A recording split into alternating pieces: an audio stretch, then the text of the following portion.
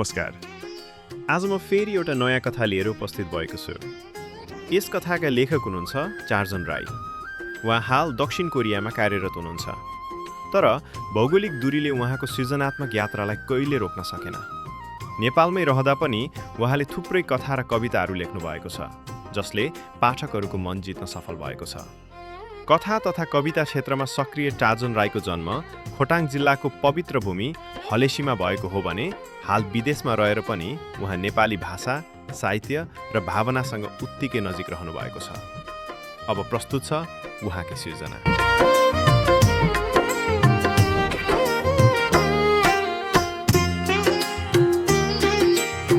शीर्षक: घर फर्केर देश बनाउने बाटो। गाउँको पुरानो बाटो अझै उस्तै थियो, तर मान्छेहरू बदलिसकेका थिए। हर्क विदेशबाट 10 वर्षपछि गाउँ फर्किँदा उसको काँधमा झोला मात्र थिएन, आँखामा सपना, मनमा पीडा र मुटुमा अधुरो घरको सम्झना थियो। विदेश गएर के पायौ? छिमेकीले सोध्थे। हर्क मुस्कुराउँथ्यो, तर उत्तर उसले कहिले दिन सकेन। उत्तर उसले पाएथ्यो।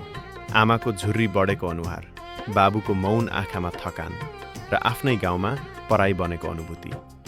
यस्तै यस्तै एक दिन घरको आँगनमा उभिँदा उसलाई सानो छँदा रोपेको पिपल याद आयो। आज त्यो रुख ठुलो भएको थियो, तर बाबु झन सानो देखिन थालेका थिए। आमाले सोधिन्, अब फर्केर जाँदैछस्? हर्क केही बेर चुप लाग्यो। त्यही चुप्पीमा नेपाली समाजको कथा लुकेको थियो। गरिबी, बाध्यता, परदेश र घरप्रतिको माया। उसले बिस्तारै भन्यो, अब म यतै केही गर्छु आमा। आमाको आँखाबाट आँसु झर्यो। त्यो आँसु पीडाको होइन, आशाको थियो। किनकि देश त तब बन्छ जब छोराहरू फर्कन्छन् र सपना यही माटोमा रोपिन्छ। हर्क गाउँमै बस्ने निर्णय गरेपछि सुरुका दिन सजिला थिएनन्। गाउँले हाँस्थे। विदेश गएर फर्किएको मान्छेले यहाँ के गर्छ र? कसैले विश्वास गरेन, कसैले साथ दिएन। तर हर्कले हार मानेन। उसले सानो खोर बनाएर बाख्रा पाल्न थाल्यो। खाली परेको खेतमा तरकारी रोप्यो। बिस्तारै गाउँका युवालाई बोलाएर भन्यो, परदेश मात्र विकल्प होइन। समय लाग्यो, तर परिवर्तन आयो। आज त्यही हर्कको खेतबाट तरकारी बजार पुग्न थाल्यो। गाउँका केटाहरू दलाल खोज्दै सहर जान छाडे। आमाले हरेक बिहान भन्थिन्, छोरो, ढिलो भए पनि सही बाटो रोजेछस्। एक साँझ हर्क पिपलको रुखमुनि बस्दै सोच्थ्यो, देश विदेशले होइन, हामीले बनाउने रहेछौँ। गाउँ फेरि बाँच्न थाल्यो।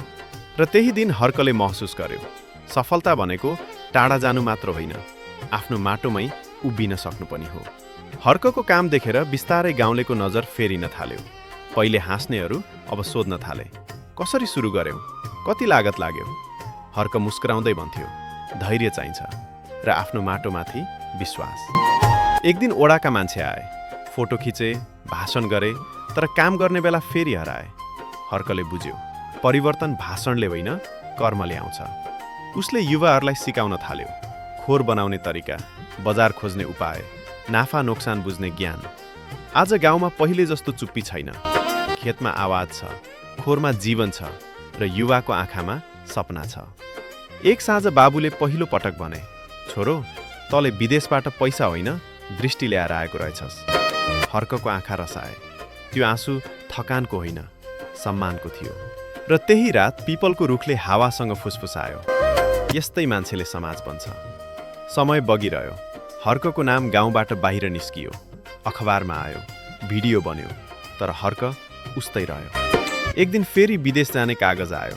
ठुलो पैसा, सजिलो जीवनको बाचा। आमाले कागज हातमा लिँदै भनिन्, फेरि जाने हो? हर्कले पिपलको रुखतिर हेऱ्यो। त्यो रुख अब छाया मात्रै होइन, स्मृति, सङ्घर्ष र सपनाको प्रतीक बनेको थियो। उसले कागज च्यात्यो। म अब भाग्दिन आमा, उसले शान्त स्वरमा भन्यो। देश मबाटै सुरु हुन्छ। त्यही दिन गाउँका मानिसहरू हर्कलाई घेरेर बसे। कसैले सोध्यो, दाइ, हामी पनि यतै केही गर्न सक्छौँ? हर्क मुस्कुरायो। त्यो मुस्कानमा भोलिको नेपाल लुकेको थियो। साँझ घाम पहाडको काखमा लुक्दै गर्दा पिपलको रुखमुनि एउटा बोर्ड टाँसियो। यहाँ सपना परदेशमा होइन, आफ्नै माटोमा रोपिन्छ। र कथा सकिँदैन, किनकि यस्ता हर्कहरू जहाँ जहाँ जन्मन्छन् त्यहाँ समाज बन्छ र देश उठ्छ। जय माटो, जय श्रम संस्कृति।